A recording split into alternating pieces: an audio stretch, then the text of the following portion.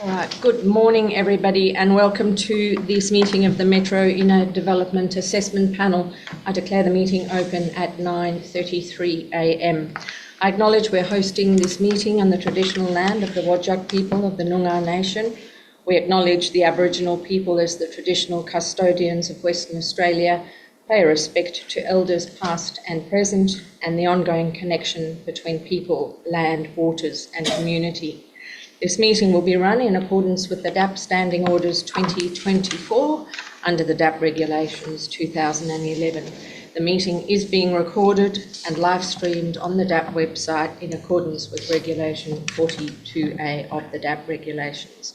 Panel members may refer to technical devices throughout the meeting to assist them in considering the information before them. I'd like to take the opportunity to introduce our members present today. My name is Dale Page. I'm the presiding member for this DAP today. To my left in the room with me, I have Francesca Lafanti. Francesca is Deputy Presiding Member today, and I have John Syme, Specialist Member. Also in the room with me, I have Councillor Ashley Wallace, our local government DAP member for the City of Vincent, and online we have Councillor Jonathan Hallett, our local government DAP member also for the City of Vincent. We have apologies today from Councillor Nicole Wolfe, local government DAP member, City of Vincent. Members on leave of absence, there are nil. Noting of minutes, the minutes of all previous meetings are available on the DAP website. Moving on to Part B of our agenda, which deals with the City of Vincent. Item 1, Declaration of Due Consideration. Panel members need to have considered all documentation contained within Part B of the agenda and the Part B related information that was uploaded to the website. Please note for those in attendance and those who may watch this online that Item 3.1 DAP application 24/02808 will no longer be considered at this meeting due to an administrative issue with the City of Vincent. The submitters of the DAP meeting were not informed as required under regulations, so we have now postponed that particular application to be considered at a meeting scheduled for the 4th of June at 1 p.m. at the Department of Planning, Lands and Heritage in this building. Coming back to the other item on the agenda, could I please confirm by a show of hands that all members have considered all information in relation to the item that remains on the agenda? Thank you. Item 2, disclosures of interest. I haven't received any declarations to this point. Local government members, has this matter been considered at a council meeting? No. No? Great, all right. Do any other members have any interests they'd like to declare? No. All right, moving on then to item 3, Form 1 DAP applications. Item 3.2 is number 129, Lot 62, Loftus Street, Leederville, multiple dwelling development, DAP number 25/02854. I believe we have 5 presenters on this item today. Gemma Jardina speaking against the recommendation in the report. Rebecca Tan speaking against the recommendation in the report. Ken Perry speaking for the recommendation in the report. Sarah Asher from MJA Studio speaking for the recommendation in the report. And Trent Will from Taylor Burrell Barnett speaking for the recommendation in the report. Presenters, I remind you all that in accordance with Clause 482 of our standing orders, your presentation is limited to 3 minutes. We've read all the written documentation you have provided, so I encourage you to stay within your 3 minutes to just focus on the salient points you'd like to communicate to this panel today. Gemma Jardina, would you like to come forward?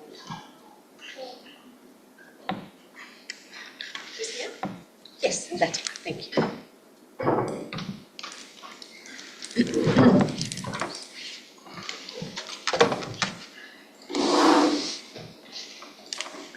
Okay, so my name's Gemma and I live in Richmond Street, and while I appreciate some of the changes that were made during the course of the RAR, I do still have some key concerns, mainly height, privacy and canopy coverage.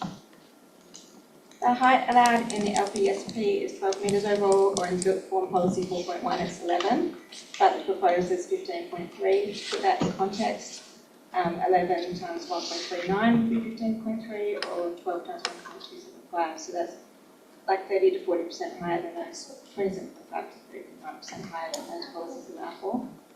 We are concerned that the bulk and height, as well as at the bulk and of it, as well as the loss of outside blue sky. The workers' cottages built along with Richmond Street about 120 years ago were cleverly built to take advantage of the north-facing aspect, and the height of the proposal is not respectful of those dwellings. Given all our outdoor living spaces are facing north, we do feel that our visual privacy is compromised by the reduced setbacks that are proposed. We enjoy being outside and are in the process of building a pool at our house, which will be between the garage and the back deck. On the developer's own modelling, it shows that the pool will be completely shadowed. Insufficient canopy coverage is another key concern. Of particular note is a wildly significant shortfall from 80% canopy coverage along the southern boundary setback. The developer proposes just 2.9%. So yes, 2.9% versus 80%. Their written response points to legal constraints accessing the right-of-way. So they have had to put a driveway in so they can't access from the right-of-way. So instead there's a driveway there instead of the trees. If that is a genuine reasoning for the shortfall, then I don't see why the updated plans have future potential car parking, extra apartment, floor space penciled in as a plan, should they be able to attain a right-of-way crossover and delete that driveway.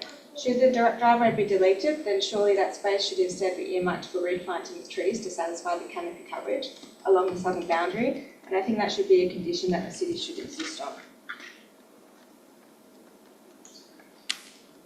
In summary, we believe that a 3-storey, 12-metre high building would be more suitable to our neighbours and to fit in with the streetscape, and that the 4-storey and extra metres will negatively impact the residents' amenities, particularly those workers' cottages that the city wants to keep along Richmond Street.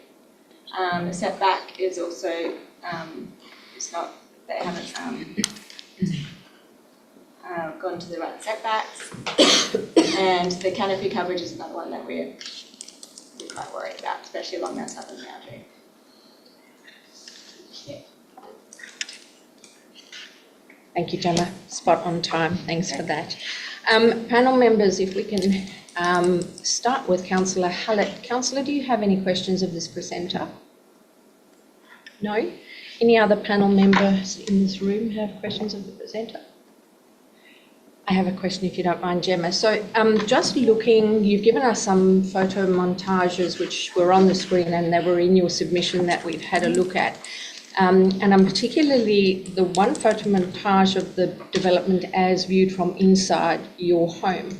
When I look at that, it appears to me that there could be a similar impact to your outlook even if the development, if that top story didn't exist. Could you comment? So that would that outlook not remain the same from inside your home even if it was a compliant? It's hard for me to know exactly how it's going to look without, I don't have the modelling software or anything. It's more so like that's from within the house, yeah, probably. But when you go outside of the house and there's like some blue sky, I feel like that's really, there's not going to be much blue sky there. So it's quite nice to sit down on the deck there in the evening and see, there's not a view of the sea or anything like that, but there's quite a bit of blue sky and you see the clouds and the sunset type of thing. I feel like that's really going to be reduced, that extra 5 minutes is going to make a fair difference. Okay, thank you. Thank you for your presentation. Rebecca Tan, would you like to come forward?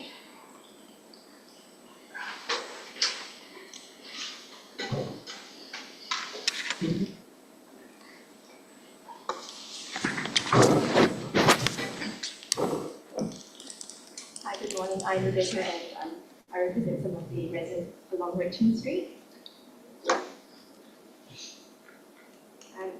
Many residents, including myself, have purchased and lived in the area based on the R zoning, neighbourhood aesthetics and the stage of life we're in. First, this includes raising a young family. And we object to the proposed development for several reasons. So this is our current backyard. And this is similar to general what it might look like with the building. The building height will cause a complete loss of skyline view and loss of sunlight in our backyard and in our primary indoor living areas. There'll be multiple balconies, alfresco areas and full-length windows overlooking our living areas, and the proximity of this building to our backyards will certainly invade on our privacy. Another fact that this development is intended for rental, it will have a high tenant and visitor turnover. This, together with the fact that our living areas are so exposed, is a serious concern that our privacy and security will be an issue. A further concern is the noise generated by multiple tenants on multiple balconies facing our living areas. This will project into our living areas. The entrance of this development is along an already congested stretch of Loftus Street, where there have been at least 5 motor vehicle accidents in the last 24 months, which has required emergency services. If this is the entrance, it will certainly cause a lot more accidents when it does come up.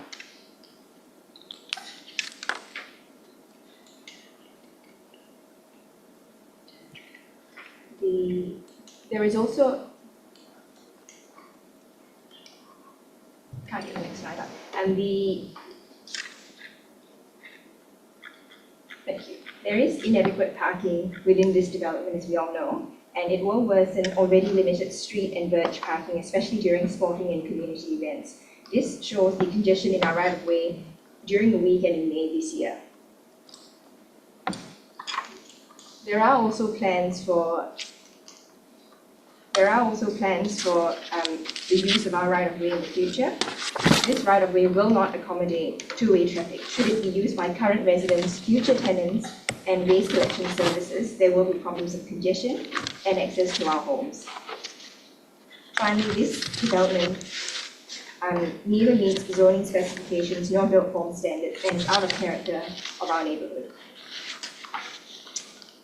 Whilst we acknowledge the need for high density living in this area, this development does not fulfill, this development fails to take into account the best interests of current residents as well as future tenants of this development. A more appropriately scaled development is reasonable, and there are more fitting locations within Learfield for such a large scale project. Thank you. Thank you, Rebecca. We can close the presser, that would be great. Councillor Hallett, do you have any questions of Rebecca today? Councillor Wallace? No, thank you. Any other members have questions of Rebecca? Francesca? Thank you for your presentation. My question goes to a couple of the matters that you have raised, and I will have a similar question for city officers. You talk about the concerns you have in terms of its scale and its context. Are you familiar with the changes of the planning framework that we have been advised of in relation to the documents we have? So what I'm referring to is that the council's documents indicate a process that's been going on for a long time to change the density and scale of development in that area, and they have proceeded down that path.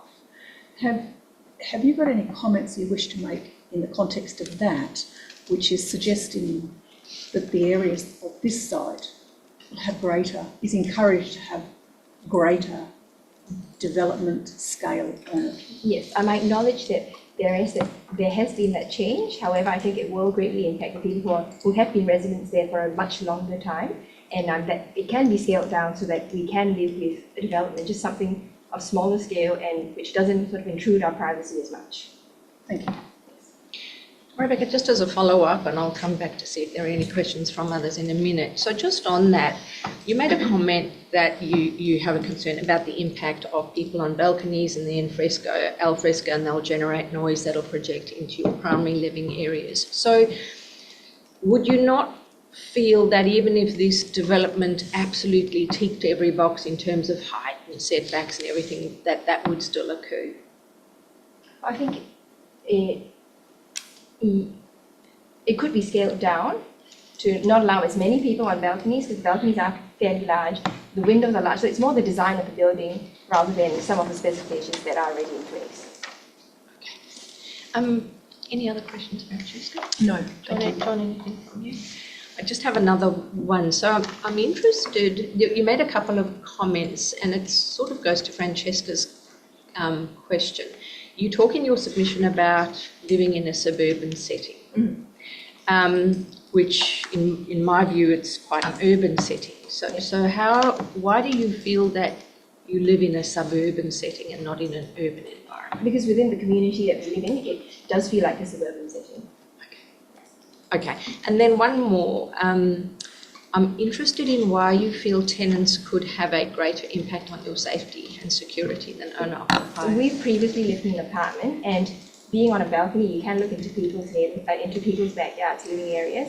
You'll have lots of visitors, you have higher turnover of tenants as well, and it's sort of not knowing who your neighbours are and having your privacy invaded by people who don't even live in the area, or people who come and go a lot quicker than compared to owner-owned homes. Okay, thank you. Thank you for clarifying that. All good, thank you. Our next presenter, Ken Perry. Ken, would you like to come forward? Thank you for the opportunity to address the Development Assessment Panel today. Unusually, I support the recommendation. The point I want to make, however, is the system in which we operate is heavily biased towards developers, and the removal of the direct council influence in the DAP system, for example, is a major reduction in one of the checks and balances that should exist in the system. I was very pleased to hear from the community group outside prior to the meeting that the council had in fact considered this and felt that it was okay, because as soon as a local planning scheme is implemented, it starts to go out of date. As it gets more and more out of date, how should those sort of decisions be judged? It's only the council that should be doing that. The council has the community interests in heart. Julie Meldrum, who's the president of the Augusta Margaret River Shire, gave a speech to the SPC 2 weeks ago. And she basically said, look, this is our local planning scheme. You don't understand our little quarter of Western Australia. You lot bugger off and let us do it, right? That's the role of council, is to look after the people and balance their issues. And only that way do you protect their property rights. What we have seen is a series of decisions coming out of the system that amount to instant rezonings, totally opposed to what councils actually require. We've had a 23-storey building approved in City Beach next to single-storey houses.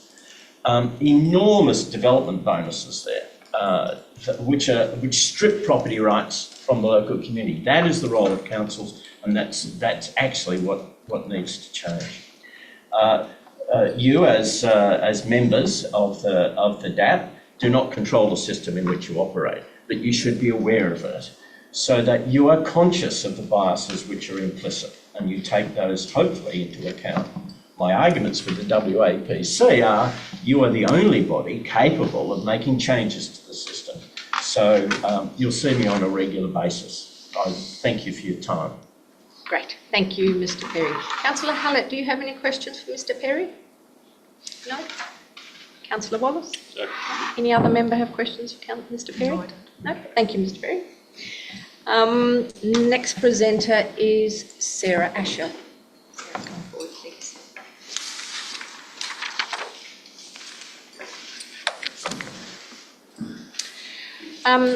What I might do, given you're both on the same applicant team, is I might allow Sarah to run through her presentation, and then I might allow Trent to run through his, and then we can ask questions of the applicant team together. All right, Sarah, over to you. No worries. Maybe just maybe 3 minutes on the TV, so I just need an alert at 3 minutes in case I run over. I will let you know. Thank you. All right.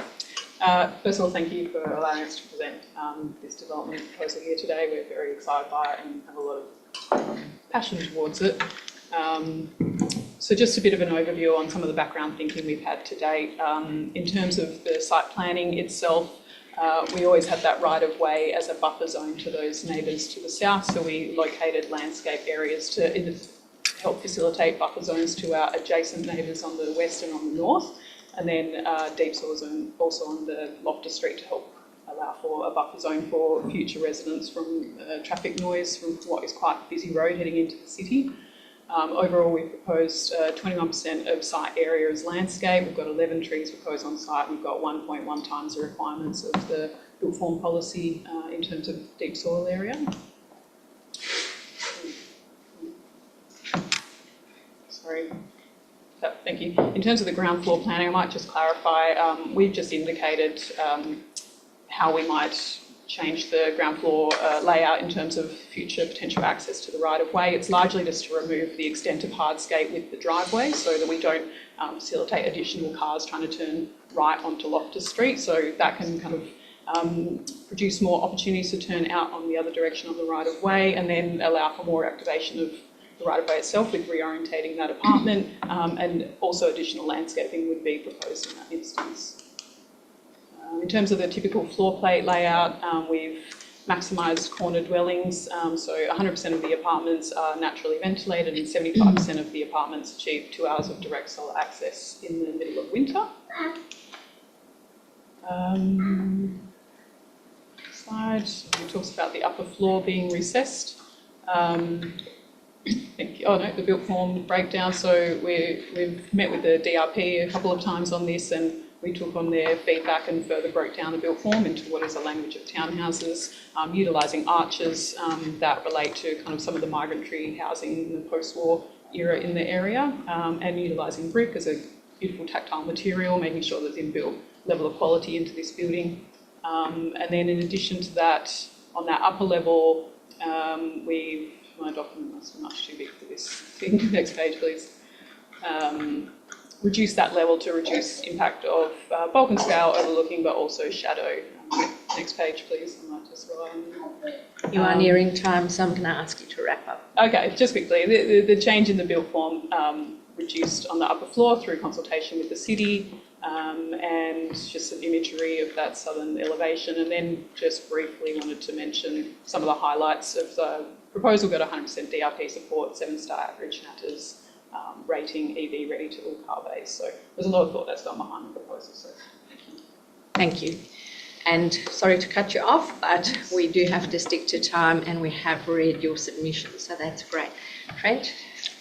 Thank you, Presiding Member, and good morning, panel. Just to start off a little bit big picture, as you know, the project includes 16 build-to-rent apartments. The site is 2 kilometres from the CBD. It's in an activity centre, it's a transit corridor, really well designed, as Sarah's demonstrated, with the full support of the City of Vincent's DRP. So it really fits the bill for well-located housing, particularly given the current housing crisis. Just to respond to a couple of the earlier presentations, we do really respect the concerns the neighbours have raised. We haven't just brushed them off, and as the RAR articulates, we have made some amendments in response to the concerns. So as Sarah has just demonstrated, one of those main changes was the 4th storey being further set back so that it's just barely visible. And Sarah's quite modest. It was actually the case that the upper floor had to be redesigned to achieve that. So I think we've achieved a very good outcome there. Also in conjunction with that, we undertook some pretty detailed investigations to make sure there was no extra shadowing impact from the 4th storey compared to a compliant 3-storey development. In terms of the visual mass and also the privacy, I'd just like to point out the development has around 18 metres of separation from the building wall to the rear patios of the properties on Richmond Street, and it's about 21 metres to the wall of the dwellings. So there's quite a good amount of separation there. And the right-of-way provides a bit of a physical buffer as well. Aside from the height on this southern side, the development is broadly compliant. The setbacks comply, the visual privacy complies, the shadowing quite comfortably complies. So I think most of the remaining concerns do relate to compliant elements. And as we're dealing with the Artworks Volume 1, there's no design principle required there. I think the one thing we probably do agree on is that Loftus Street access is not ideal. We're taking access to Loftus Street because we have to at the moment. It's quite a bizarre situation where we're the only property on this right-of-way that doesn't have a legal way of access. We have been very transparent about the intentions here to take access from the right-of-way in the future. For today, of course, the decision will need to be based on the Loftus Street access, but the design is set up so that it can be modified in the future. Just finally, I'd flagged some requested modifications to conditions in my presentation summary. We've had a chance to speak with the city's officers about those, and I understand, subject to a couple of minor tweaks, that they don't have any objections to the proposed changes, so I won't present in any detail on those items. Great, so you're at your time, and we can address that when we deal with the city officers. Thank you for that. Councillor Hallett, do you have any questions of the applicant team? No. Councillor Wallace, any questions of the applicant? Yeah, I'll just ask one. So I think the primary concerns that we've heard of here today are around impacts to the south. One that was raised was the landscaping provisions, in particular the draft LPSP item of 80% of the southern lot boundary setback to be provided as canopy coverage at maturity. As kind of like a headline, hitting 2.9% of that versus a target of 80% in the LPSP is quite shocking. Can you just talk us through how we've arrived at 2.9% and why you think that's acceptable? Yes, I can. I think firstly the provisions intended for side setbacks rather than right-of-way setbacks. The right-of-way is effectively a street boundary in some respects. Notwithstanding that, that calculation only counts tree canopy coverage because we've had to put the driveway on that side. There's not much canopy that can be integrated. What we have done is to integrate a green harbour structure, so there will be vegetation along there. That just unfortunately doesn't get picked up in the calculation, but there's been a really strong attempt, I think, through the design to soften that southern edge and to get as much greenery on there as possible, and it will increase if the way is dedicated as well. The other members have a question for the applicant team. John? Yeah, just a slight follow-up and looking at the southern neighbours as well. Can you just addressing those overlooking concerns which were expressed? It's detailed a bit in there, but perhaps you might spell it out. Yeah, the balconies, look, we don't deny that there will be some sort of line of sight into the backyard. The balconies are on that south side to primarily get views of the city, but also to provide surveillance to the right of way. The privacy setback is compliant when measured from the balconies to the opposite side boundary. Most of the properties, or all of the properties on the southern side actually have garages, so there is some degree of sleeving. They don't take up the full width of the property, but the actual living areas, as I think you've seen through the presentation, they're a bit further into the site.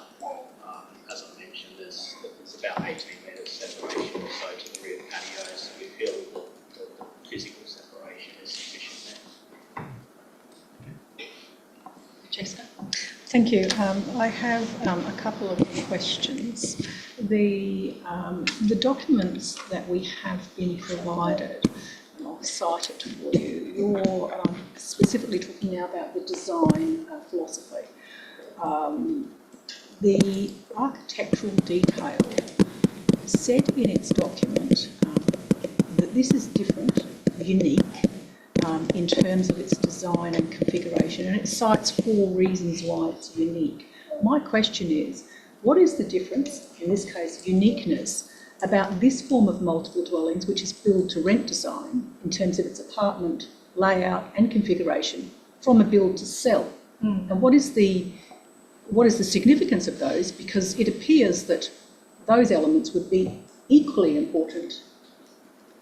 Yeah. So what about this makes it so different in its design from a build to sell? And you cited here, looks great for years to come, fielding of generosity in terms of its ceiling heights and designs, apartment livability, and keeping rent down and maintenance as a minimum. Why are those elements that are considered higher, in your view, on a build-to-rent than a build-to-sell design? I think it's not that there's completely different interests, it's that the hierarchy of interest might change in the different between build to sell and build to rent. So build to sell might be more about a particularly beautiful glossy interior design and large windows and outdoor area, but build to rent's more about just long-term amenity and making sure this building has really hard-wearing materials. And there is differences in how we design these apartments.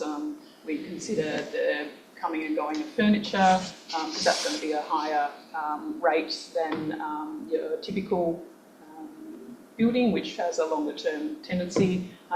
And particularly having that larger investment in the building initial construction cost, if you hold the development, has a longer term return than if you're building it and selling it right off the bat. So we really like working on build to rent because it has an interest in materials that don't necessarily have an additional layer of finish to it, but it's something that if it chips or gets damaged over time, it still looks beautiful, it still looks raw, which as architects we like this thing.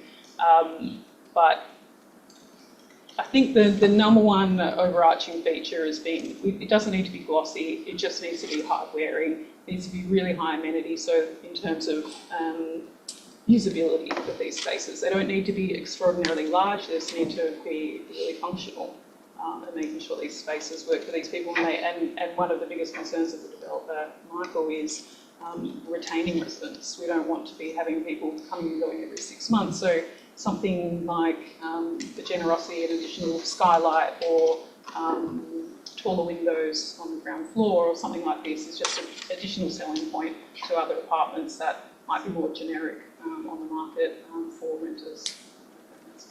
I'll just follow up on that, one of those issues. And this is more of a question of interest, but it does get to some of the comments that Tricia made.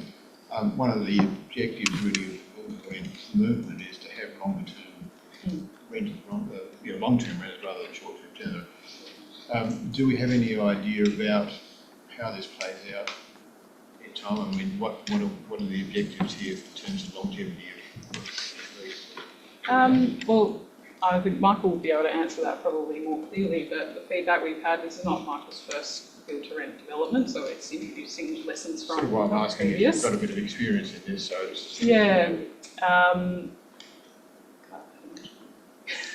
I think I'll just say Michael, with our team, did a development of Blake Street in North Perth. I think MIDAP considered it about 5 years ago. It's been running for 2 years or so, so I think we're just taking some lessons from that. Everything's centrally managed through a property manager. As you've said, there's no intention to have any short-term sort of renters. They want long-term leases, so they don't have to deal with a heap of turnover. Specifically, I can think of one example in terms of at Blake Street, we had studio apartments, which has had a higher turnover than a one-bed apartment. So in this development, we didn't propose, other than the ground floor, which we intend to make a larger apartment if we get the opportunity for driveway dedication. We went for one-bed apartments with a separate bedroom to a living room. For some reason, it just seems to have a better longevity for residents. Thank you. More questions from you? Yes, your plans, they are the plans that are date stamped the 15th of April, which are the plans referred to in the series of conditions, show an outline of a potential future expansion of a unit. You've spoke today about the status of that. What is your understanding in terms of this application for us? My understanding is it does not form part of our considerations, and I suppose the question I've got in that context is the condition, and specifically the condition is 1.3, refers to it complying with the approval of date plan stamps 15th of April, but it doesn't have any exclusions, which does not include any consideration of potential expansion. Do you have any comments to make if such changes were included. Yes, I would agree with your assessment there, that the outlines are just shown for full transparency for public advertising purposes and whatnot. Today we're only seeking approval for what can be approved, which is the access from Loftus Street. So if there were an additional condition to clarify that, we wouldn't have any objection. We've had some discussions with the city and I believe it's something that would need an amendment to the approval in the future. So wouldn't see any issues with a condition to clarify that. Thank you. Could you speak to, you already started speaking a little bit earlier today about traffic and movement, particularly you talked in the context of renters moving in and out. Can you speak to the ability of the site in your design to facilitate associated vehicles, not just cars, that would relate to moving, deliveries, etc., on the site, given its location on Loftus, and that the adjoining lane is not a service or access ability point to the site, and that is also in the context of comments we've heard and seen in the submissions about impact on accessibility of the lane. Can you speak to your design, noting you have a trellis and a portion of the building that limits the driveway? Essentially, the height under that trellis will provide the ability for larger vehicles to come in for moving. We see that the parking area, the car bays aren't strictly dedicated to apartments. They will be allocated as needed by residents. So if they utilise a car bay, say visit a car bay for moving in and out, there's direct access from the parking area, from visitor car bays or from their own car bay to the lift lobby using that kind of western access point. Don't foresee any concerns of vehicles being able to come in and turn around and leave back out onto the street in the case of moving. Thank you. In the case of car parking, I note one of the conditions, and I can't pick up immediately, refers to the number of parking bays applicable to the site, and I think it says 2 bays, resident bays, and 2 visitor bays. Can you speak to, and I have a similar question to city officers, the plans show a lot more of that. What is the controls on the bays? And I know Ra talks about non-exclusive designation. Can you speak about that in the context of this proposal? And I have a similar question to the officers. What are the controls on preventing it becoming exclusive to any one unit? Yes, I think because we're an R60 coded property under the new medium density codes, there's no minimum resident parking for 1 and 2 bedroom dwellings. I believe the city's just conditioned the compliance number, which is 1 bay for each of the 3 bedroom dwellings. I think it's reasonably similar under the draft activity centre plan as well.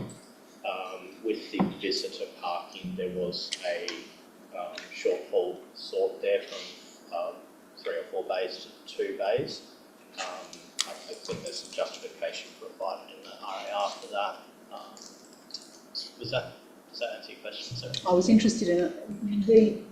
The provision on the condition is specifies 2 residential bays and 2 visitor bays. It goes on to say that the visitor bays need to be maintained and identified as visitors and not be permanently used at any one time. My question is, given that you have a number of other bays on site, and given the location of the site, which is essentially Loftus Street and a laneway, which would require, according to the material we have, parking a pretty significant way, walkability, as opposed to typically on site or very close to site. What are the controls for the other bays that are residential bays in terms of maintaining them as shared bays or non-exclusive? I'd probably better use that language. Yeah, I think we should probably just clarify the bays are not shared in the sense that anyone can roll in and use them. They are assigned through leases of individual units. So some of the leases will have car bays, some will not. So the resident bays will be numbered and controlled through that means. Visitor parking, as I think is case will be line marked and signposted. Thank you. Can I continue with some questions? You can keep going as long as you Sorry, need to. I have a further question. Moving on to the driveway, one of the conditions refers to the driveway width being 5.5 metres. I'll refer to it. I'll find it quickly. It is 7.5. It requires updated plans for the driveway width to be widened to 5.5 metres. The plans in front of us indicate 5 metres. Can you speak to the ability to achieve that and any other comments you wish to make in that context? Yes, the original driveway was designed to be 5.5 metres. I think there was a mix-up in the process in that our understanding was that it needed to be reduced to 5 metres, but essentially that space of half a metre between the column and the driveway can easily be re-widened half a metre to go back to 5.5 metres. So it's a very minor change in The space between the column and the driveway, you're talking on the southern side. On the southern it's got the side. landscape where it sort of kicks out a Yes. bit. Yes, and that landscape wasn't included in any of the calculations, as it is quite narrow. So, Thank you, and I think more or less at my final condition 7.8 refers to a minimum of 3 electric charging infrastructure, 3 electric vehicles. Can you speak to that in the context of what was the previous comments about 7.12 resident parking? I have a similar question to the officers. The numbers are interesting, particularly as one deals with resident parking specification, one deals with electric vehicle charging, and how do you manage that, particularly in your earlier conversation about these are not shared, they're not exclusive, but they're under lease arrangement. How do you ensure that that provision of a capability of electric charging is available, and are they intended to be part of your almost exclusive leased base? How's that managed? it's a funny thing that's kind of evolving in time. Michael actually did provide, well, I might just clarify, the proposal is that all of the resident car bays will be EV ready and that infrastructure will be supplied. There'll be enough switchboard area for every car bay to be on site charging in the future. At Lake Street, for example, at the moment, Michael installed an EV charging port which is yet to be used. So we're hesitant to install, a plethora of EV charging ports if they're not required and residents aren't using them. But in the future, there will be ability for that to be retrofitted, essentially in following demand for that to be the case. But every car bay, so in that case, it'll be over and above the requirements of the R codes, which requires 2 or 3 car bays to be allocated charging ports. We propose all to have the infrastructure for that to be the case in the future. Thank you. And my final question, if I may, Chair. Condition 9.1, refers to Advice Note 4 and Advice Note 5. I reference also to city officers. The report talks about the uniqueness of site location, being Loftus Street and a right-of-way, requirements for a management plan, construction management plan, particularly in relation to the right-of-way, or to both streets. We've heard today people expressing concern about that. My question, I suppose, is do you have any comment about whether or not this condition should specifically refer to and mention the right-of-way? Because I can imagine that any blocking of that right-of-way in any manner through construction would need to be delicately addressed, particularly for the comments we've heard from today's residents as their sole access point to their driveways or parking areas. That sounds 100% reasonable that they would be concerned, and we also would be something that would be resolved through engagement of our construction team, and reasonable that would be integrated as a requirement for the construction management plan. Thank you. Sorry, I did just have one. My last one is really to yourself, Trent. You've asked for a condition to be deleted. That condition is 4.3. It refers to the provision of a notification which specifies these as being small dwellings. Can you speak to why, in this particular instance, we should support a variation of that? Sure. We believe Section 70A notifications, this has been considered through a number of SAP's appeals, should be based on matters that are not readily observable to purchasers, and I think the other test is that they're unusual. You may argue it's unusual in the sense that the small dwellings are subject to a density bonus, but it is readily observable to any purchaser, the size of the dwelling. Also, the limit under the R codes is 60 square metres. The largest small dwelling we have is 51 square metres. So we're talking something that would need to be expanded the size of a bedroom or thereabouts. Anything of that nature is going to need a development application with the city. Would probably also need amendments to a strata plan requiring strata approval. So I don't think it's anything a purchaser would simply assume that they can do. So on those grounds, we don't think there's a need and a nexus for the condition. Those are my 4 questions. Thank you. Thanks. Just one final question from me, and it goes to, we've seen and heard from some of the neighbours, and I'm talking particularly the neighbours on the southern side of that laneway, who are concerned about impacts of extra height and bulk on both their internal and their external outdoor living areas. I'm trying to get comment from you, and I've asked the submitters this, but I wouldn't mind, and Trent touched on it a little bit. If this development met all the requirements of the planning framework, all the as of right requirements, there was no discretion being sought for them, how different would that impact be on the neighbours? I think from some of the images that were shown, it would not be any different because the upper floor is not visible from a lot of those viewpoints. The first 3 stories of the facade are compliant in all respects. So I think the answer is that there would not really be any difference.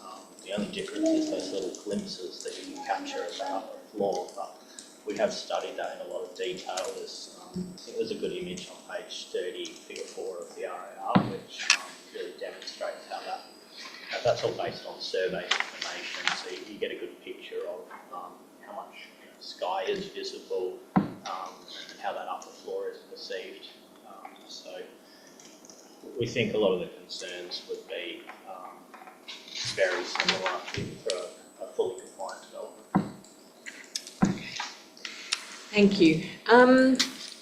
Moving on then to questions of our local government officers. We have Carson Reynolds and, is it Scout or Scott? Scout, with us from the City of Vincent for this item. Councillor Hallett, do you have questions of the City officers? Yes, thank you, through the presiding chair. In one of the presentations, how about now?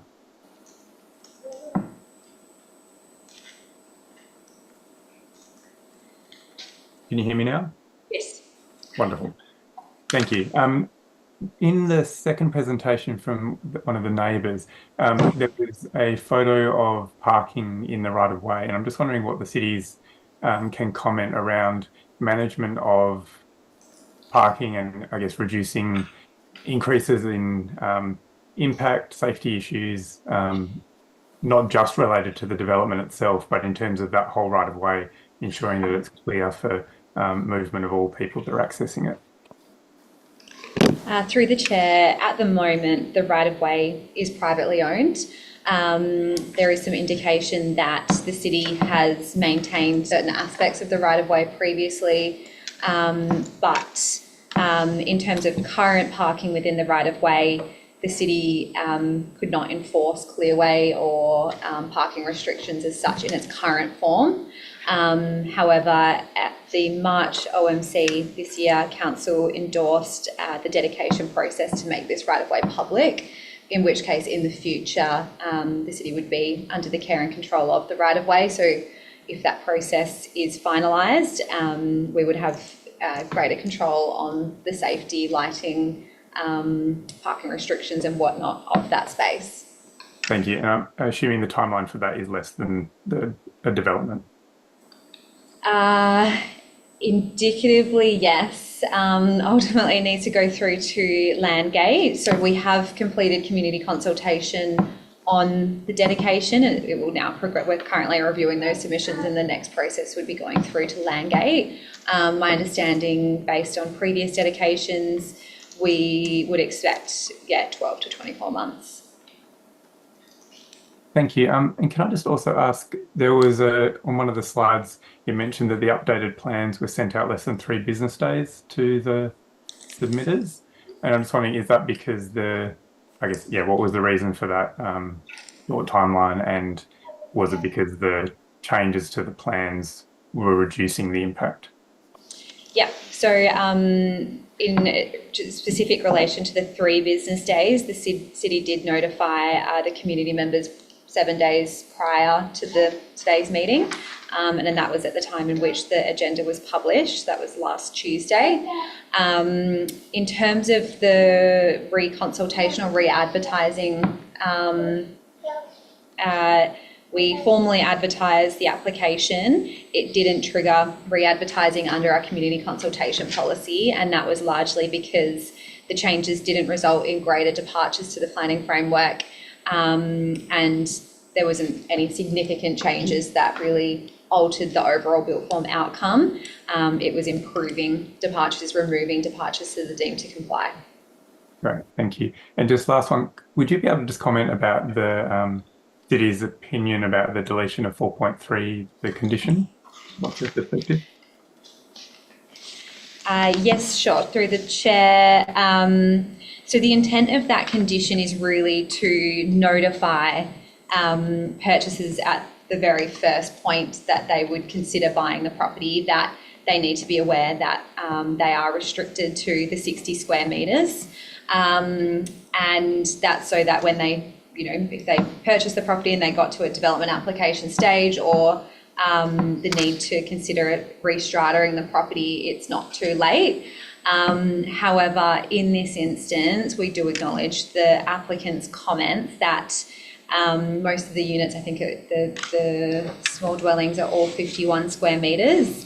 So they do have that 9 square metres to move in terms of potential additions if needed, but we've also had a look specifically at each of those small dwellings individually and their ability to expand in the future. It's pretty limited and constricted, so we're comfortable in this instance that the Section 70A for only the small dwellings isn't crucial, and it wouldn't likely result in problems down the track. So we would be supportive of the removal in this instance. Thank you. Any other questions, Councillor Hallett? No? Councillor Wallace, questions for the city staff? I just had one, thank you, Chair. Just around the communal open space and the size of that. I guess communal open space, it's good for the occupants of the building. It has also knock-on effects on the level of on structure planting, canopy coverage, that kind of thing. Just wondering, in the city's officers' reasonings around why the amount that's proposed is acceptable, and noting it's about a 50% reduction from the deemed to comply in the R codes, it said it was appropriate when considering the number of occupants of the building. I was just wondering, as a bit of background, when the R codes set expectations for communal open space, is that done on floor plan size generally? Yes. I guess why have we then taken the approach of sizing it according to occupants in the building? Through the chair, yes, it is based on number of apartments, and that's for both the total communal open space required and then the hardscape area. I think greater weight to our reasoning for the reduced communal open space in this instance is really around the context of the site, specifically the location to our civic hub, which is just to the south, and that has the Loftus Street Community Centre, which has gyms, recreation centres, and the like, as well as the public open space at Leederville Oval. So while I acknowledge that it does talk about occupants in the area, I would afford greater weight to that, the specific context of this site in relation to surrounding amenities that would provide a similar outcome. Thank you. Other members? John, do you have any questions? you have any questions? Yes, if you want to respond to some of the questions I raised, and I'm also particularly interested in those questions that I referred to in relation to conditions. Sure. Through the chair, I'll start with the question regarding the consultation of the draft legal precinct structure plan. Before I get to the conditions, if that's okay. Yes. Yep. So the status of the leadable precinct structure plan is that it has gone through an extensive consultation period and largely, as we've assessed the proposal against it, has remained unchanged from that formal consultation. So that consultation included, before we put pen to paper, design visioning workshops in 2019 over about 3-month period, and then there was a formal consultation period for the precinct structure plan in 2021. So there has been a lot of work with the community in developing the leadable precinct structure plan. And it has been formally endorsed by council and has gone through the processes afterwards as detailed in the RAR. But the provisions that are in there as we've assessed it today have not changed from when they were advertised to the community and endorsed by council. We're currently in the process of making changes as requested by the WAPC, and we'll go out for consultation on those again in the coming months. So that's a little bit of a summary against the leadable precinct structure plan, and just noting that the heights and density for this specific site is not different to what is currently permitted under our built form policy and our scheme. So there's about 4 properties on Loftus Street which are impacted by the leadable precinct structure plan, and for consistency we've kept that height and zoning for the broader Loftus Street area. So that was on that. I'll just move to the conditions, starting at condition 3.1, which was just in relation to the potential future development. We had considered that the annotations on the plans were sufficient in not indicating that we were approving potential future development, but I completely acknowledge a difference in interpretation, so we would be supportive of including wording at the end of that condition, potentially just to say this excludes, or the potential future development does not form part of this approval. The areas outlined, potential future development do not form part of this approval, or wording of the like, just to make that crystal clear. Can I just check, Carson, that's 1.3, is that right? Yes, 1.3, not 3.1. Oh, sorry. That's okay. Great. Just make sure I've got the right condition number. Just moving to the car parking condition. So condition 7.1. The intent on that was really to allow flexibility for the operators to reallocate their bays, potentially also considering if they needed to allocate more to visitor parking, in the instance that they might have residents that don't want bays. And that was just acknowledging the visitor parking shortfall and the potential for them to reallocate that around. So as Trent mentioned, that would be conditioning a minimum of 2 resident bays, which is required by the R codes, as well as the 2 visitor bays, and then allowing flexibility in how they specifically allocate that to residents. In terms of the management of that, we were of the understanding that they would still be specifically allocated, but yeah, the leasing arrangements would guide whether someone has the car and wanted a bay. In terms of the electric charging, we would still maintain that 3 would be required. So we're conditioned for a total of 4 bays to be required, acknowledging also that the intent is to provide 11 as per the approved plans. So we're comfortable in maintaining that electric charging condition, which they could allocate or implement accordingly, dependent on residents who potentially want an electric charging bay.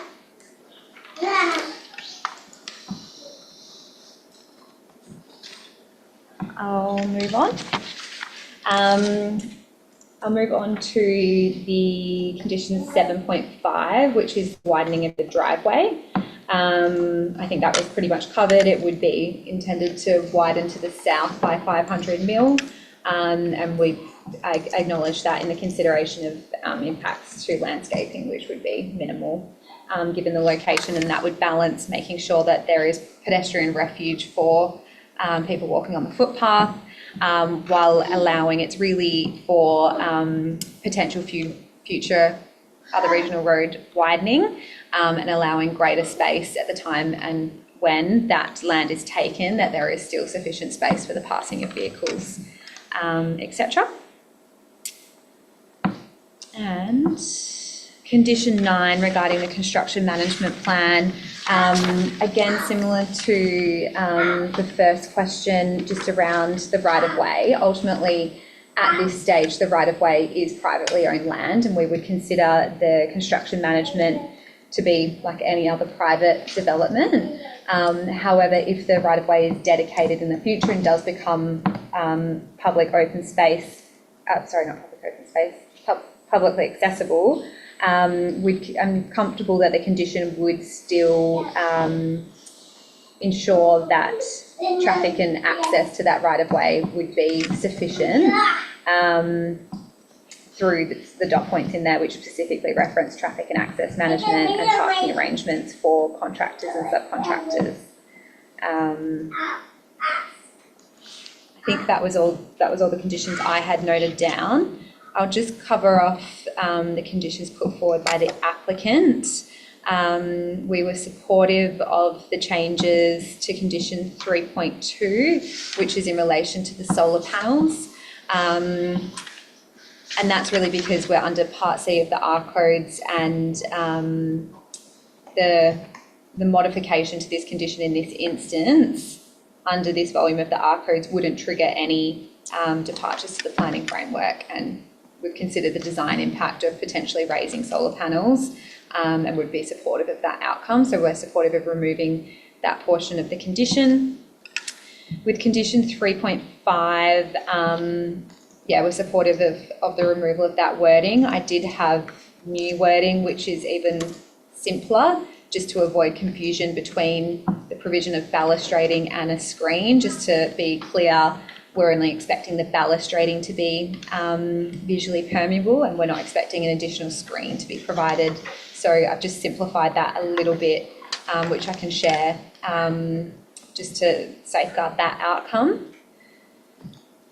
Could you share that with us now, Carson? Yeah, sure. Did you want me to read it? Yes, please. Yeah, great. So I have prior, and I've run that past Trent as well, but it is prior to the occupation or use of the development, the balustrading to the western elevation of the Type B apartment balcony on level 2 shall be a minimum of 75% obscure to a height of 1.2 metres as measured from the finished floor level of the balcony to the satisfaction of the city.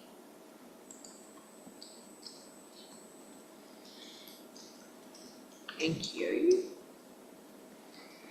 And then finally, the last one was, I've already spoken to condition 4.3, but we have no objection to condition 3.7, which would modify that to just requiring at least one window to each habitable room, which is consistent with the ARCO's Part C.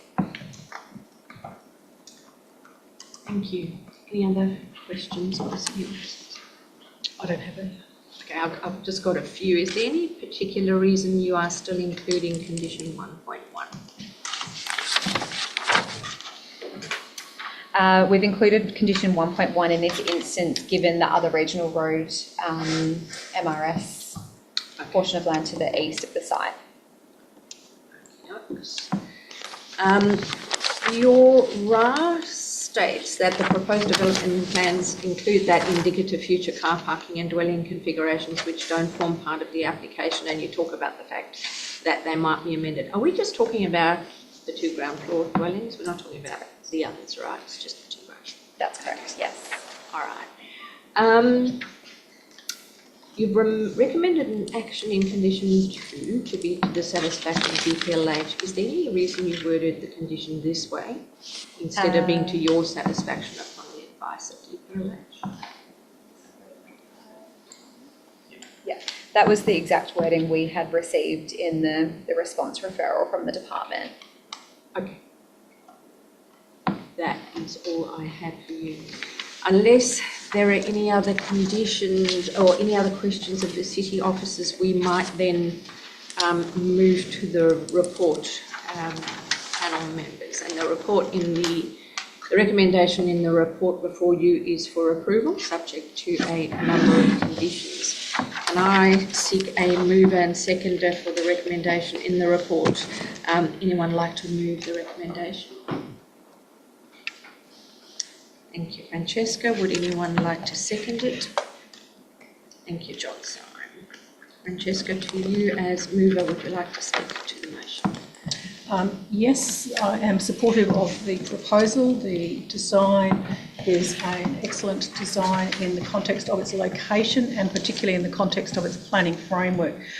City officers, you have explained thoroughly in your run. It was a very extensive run from my perspective. I was particularly pleased to see the heavy explanation you provided in relation to the planning framework and the various documents and the status of those documents.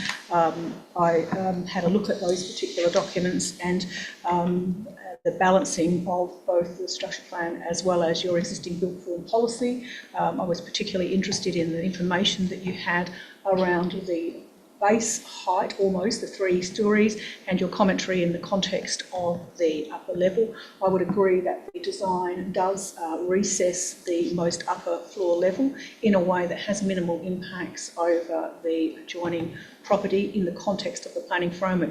I note that the overall plan that you have for the area, you've indicated heavily and explained in great detail why you have provided the weight that you have, and I would concur with those comments in relation to the status of the document.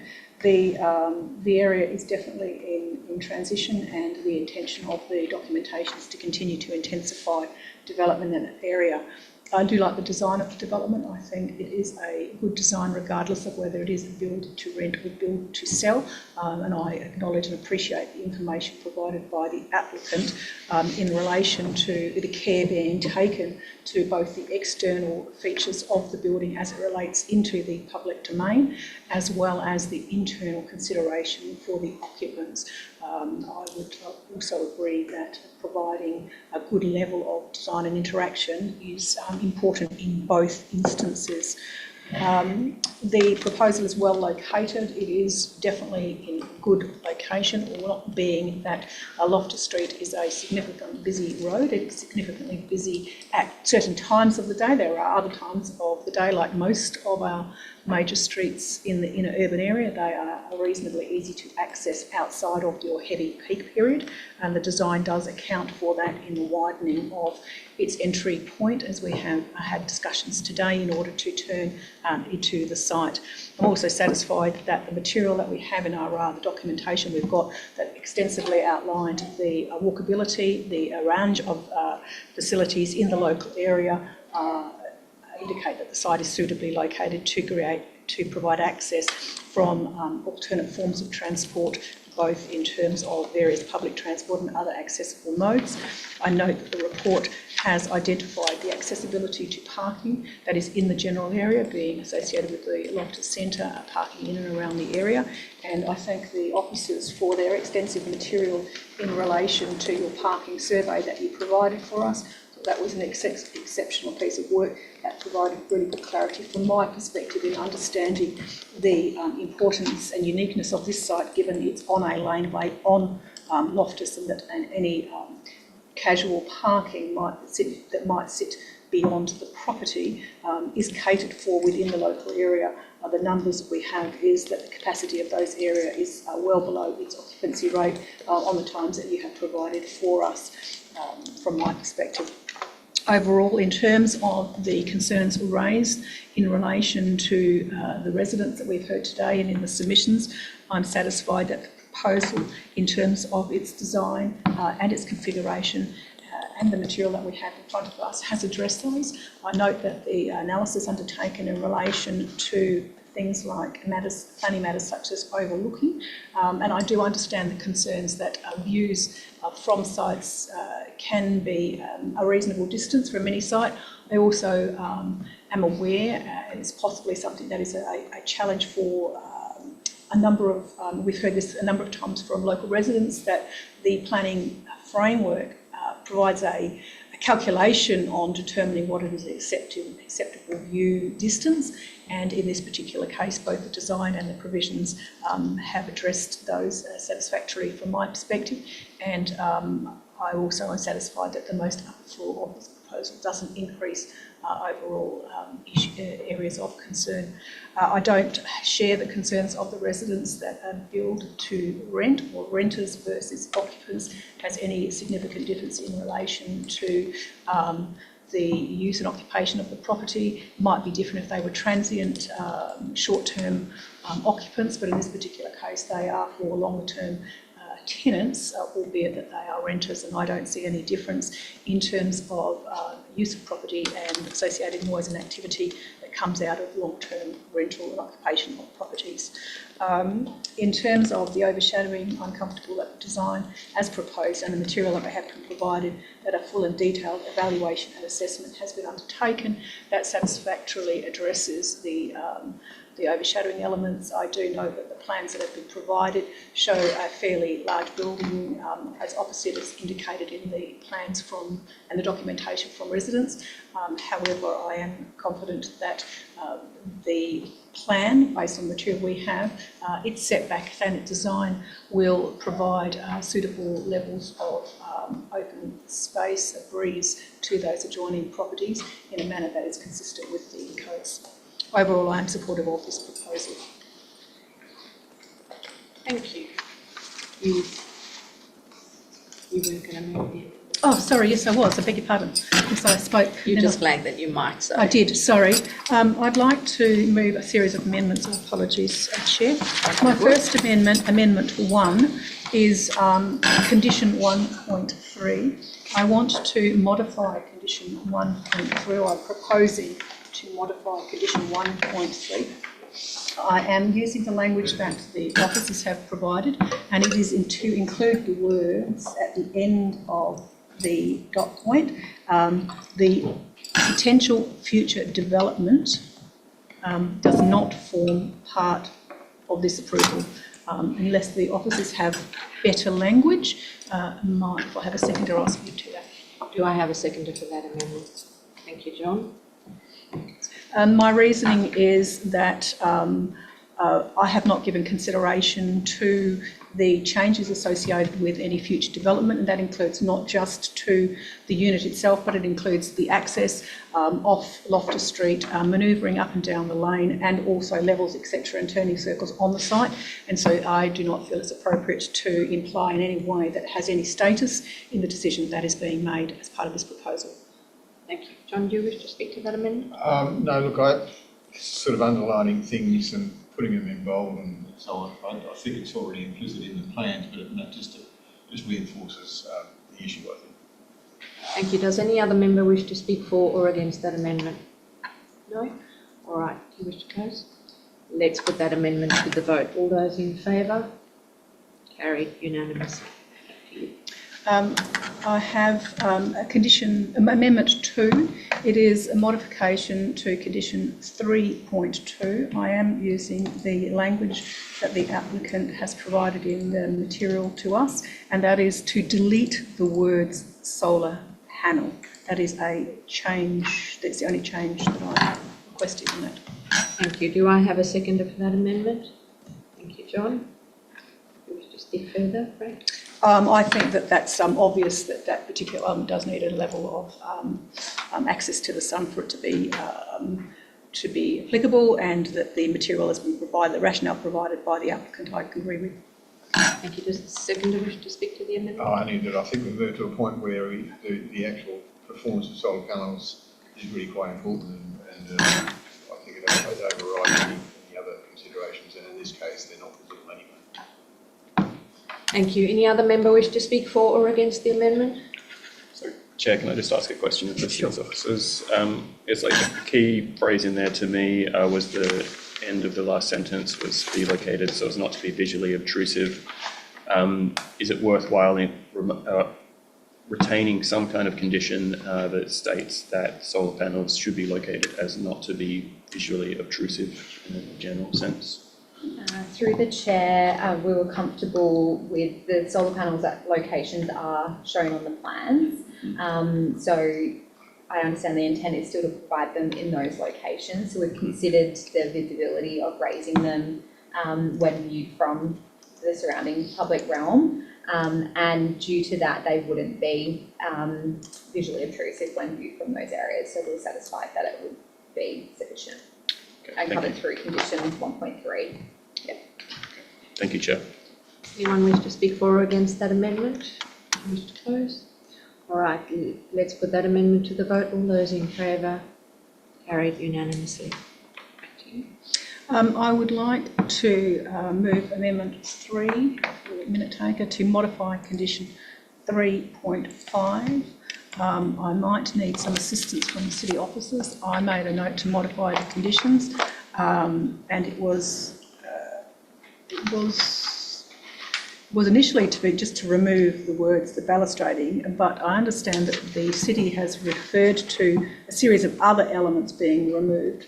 Could I have the city just read out? I note down here that the balustrading is the area that you want retained at a height of 1.2 metres in order to protect the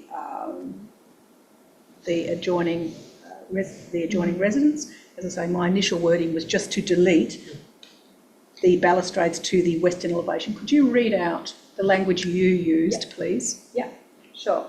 The wording is prior to the occupation or use of the development, the balustrading to the western elevation of the Type B apartment balcony. Hang on a second, slow down. Sorry. Balustrading to the west. So we're deleting the screening shall be provided. Yes. And it says development to the balustrade to the western elevation. Yeah. Of the Type B apartment balcony. Just one moment. Of the, Type B apartment balcony. Apartment balcony. On level 2.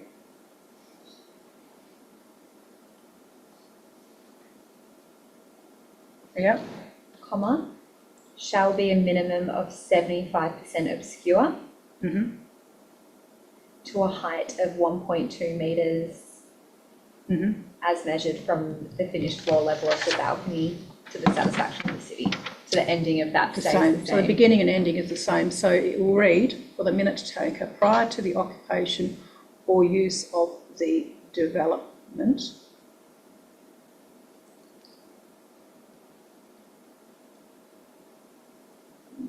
the balustrading to the western elevation. the balustrading to the western elevation balcony on level 2. It needs to specifically say to the western elevation of the Type B apartment balcony on level 2. Have you got the correct language? I think, I think we'll grab it and we're going to ask you just to email that through anyway, but that I think we've captured that for the purposes of the conversation. That's the amendment that Francesca is seeking to move. Do I have a second of that amendment? John, sorry, thank you. Fran, do you want to talk more to that? Just to provide clarity and certainty in relation to the screening. Thank you. John, a second, do you wish to speak? No. Does any other member wish to speak for or against that amendment? No? All right, then we might put that amendment 3 to the vote. All those in favour? Carried unanimously. Back to you. Amendment 4 is to modify condition 3.7, and it's to remove the words "all windows to habitable rooms" and to replace it with at least one window for each habitable room.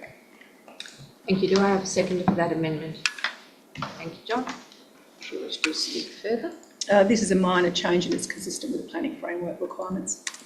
Thank you, John. A second, do you wish to speak? Yeah, same comment.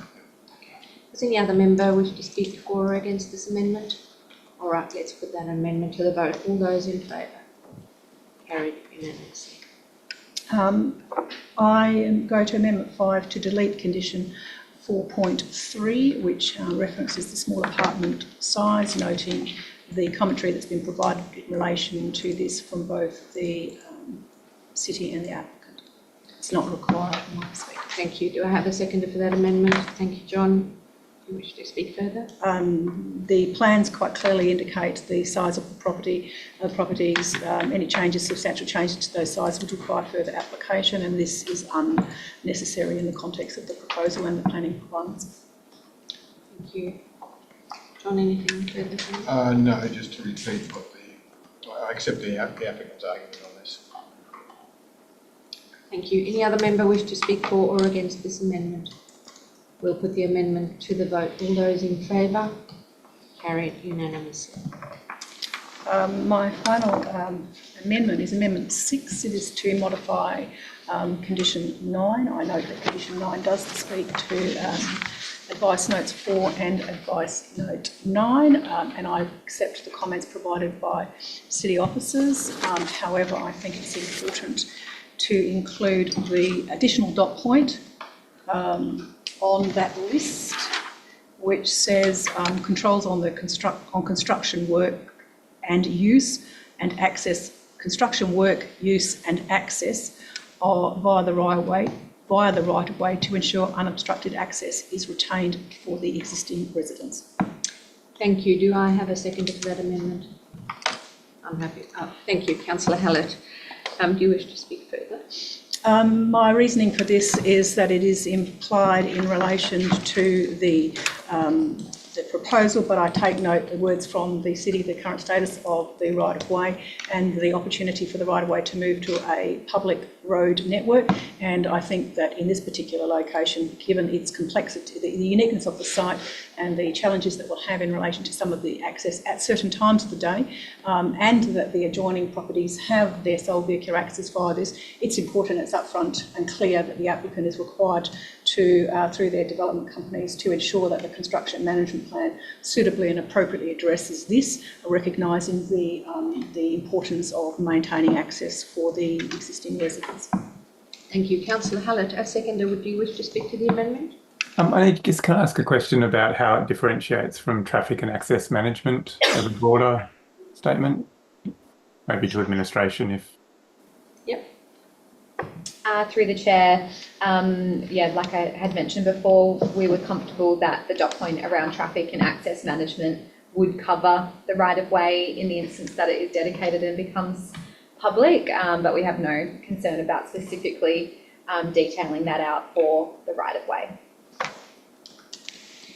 Thank you. Yeah, happy to support that. Thank you. Does any other member wish to speak for or against that amendment? Mr. Cox? No. Right, let's put that amendment to the vote then. All those in favour? Carried unanimously. That's it for me. Thank you. John Simon, just for the benefit of those listening, those amendments were amendments made to conditions that now form part of the primary recommendation. So an overall decision hasn't been made yet. They now just changed that recommendation to this panel.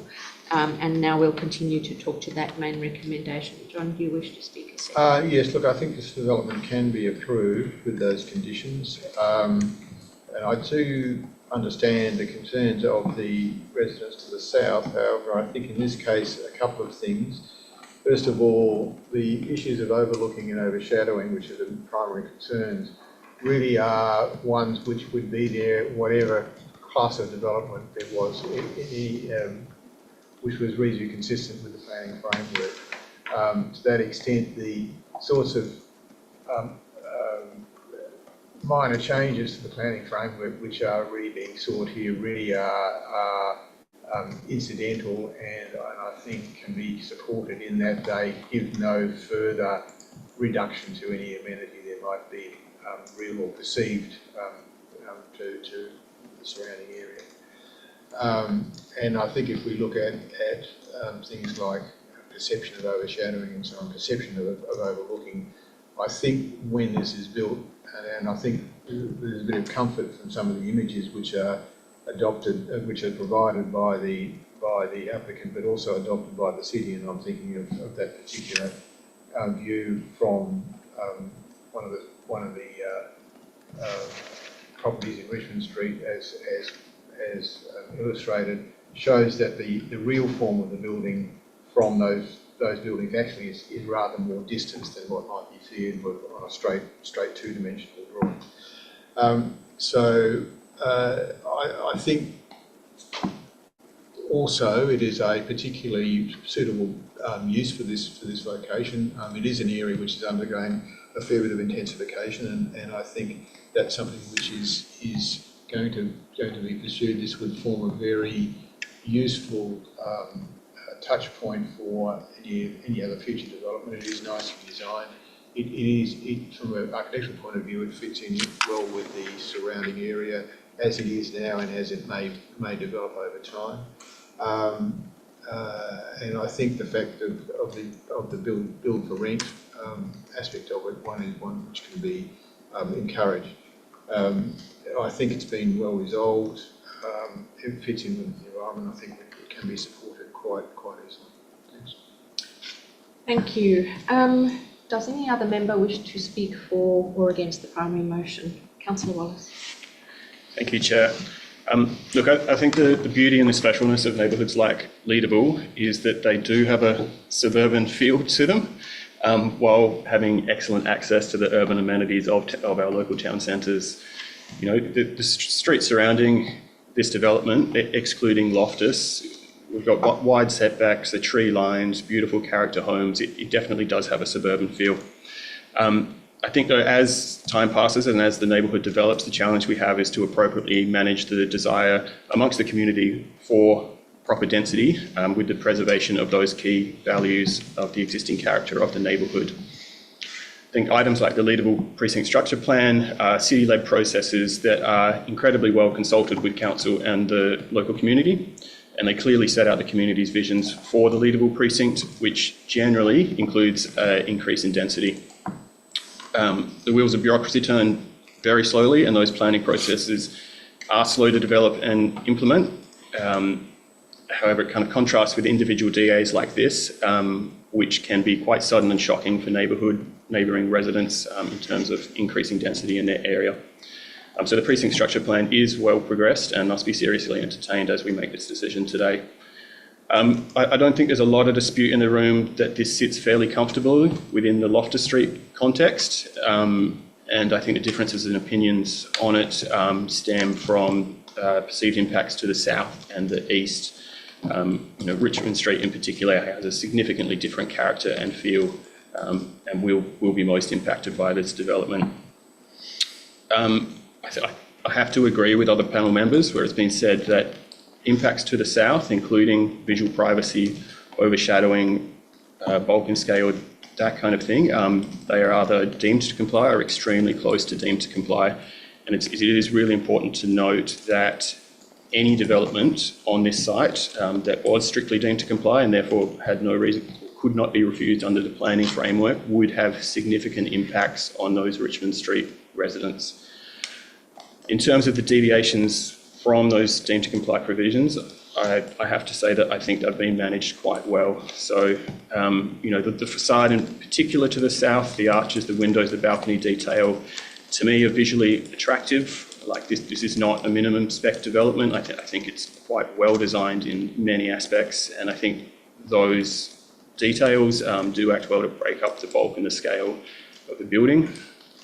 I think with respect to the height, it's been well demonstrated within the report and well discussed today that the height above the deemed to comply provisions has little to no discernible impact on those lots that are immediately adjacent and will only be perceptible at a longer distance where its impacts are far less. Overall, I have to agree with what's a very well-reasoned report here from the city's officers, and I thank them for that again. That there is no reason within our planning framework that this application can be reasonably denied. Sorry. I therefore think I have to support this one. And I do, I note all of the resident and community concerns around this. I guess I would just have to say that this is, in my opinion, a very well-designed building, and despite its height, its scale, I think will make a positive impact on the amenity of that local area. Thank you, Chair. Thank you, Councillor Wallace. Councillor Hallett, do you wish to speak? Yes, thank you. You can hear me okay? Yes. Wonderful. Thanks. Look, I do agree. I think it's a really high quality design, and I think the scale of intensity is appropriate for a location that has such close proximity to both a major traffic corridor and a major town centre.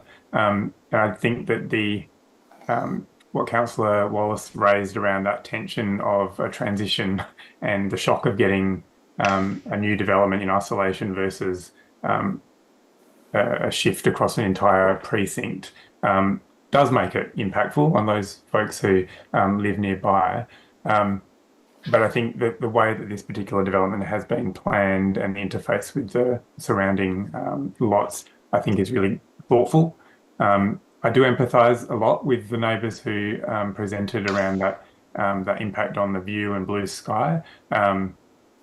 Unfortunately, blue sky in itself and views from neighbouring properties isn't a planning consideration. I think concerns around overshadowing and the overlooking are certainly quite legitimate concerns to have, and we have these a lot in these types of areas where we have higher scale developments being proposed. I think the challenge with this one is that those would apply if it was compliant. So I think that the addition of the recessed fourth story is good in terms of getting extra density in there with negligible additional impact on the neighbouring sites.